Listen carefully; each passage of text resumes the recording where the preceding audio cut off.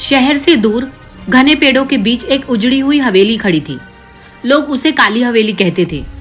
कोई नहीं जानता था कि उसका असली नाम क्या था, क्योंकि दशकों से वहां कोई जिंदा नहीं रहा था।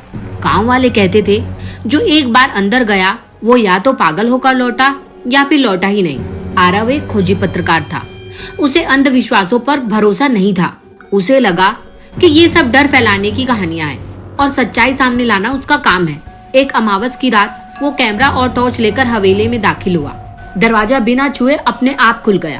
अंदर सीलन भरी हवा थी और फर्श पर धूल की मोटी परत जमी हुई थी। दीवारों से धीमी फुसफुसाहट की आवाज आ रही थी, जैसे कोई उसका नाम ले रहा हो।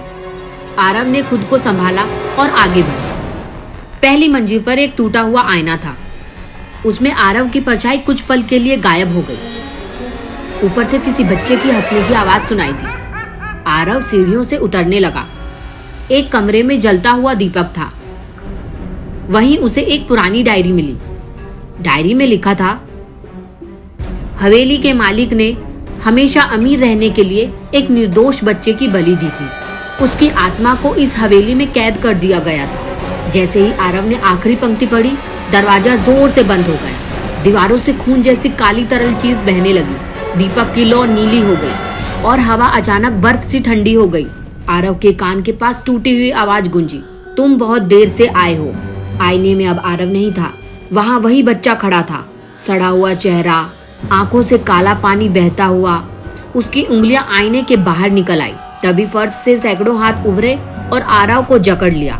उसकी चीख हवेली की दीवारों में दब गई। डायरी जलकर खाक हो गई और शब्द उभरे, अब हवेली पूरी है। अगली सुबह गांव वाले ने हवेली का दरवाजा खुला पाया।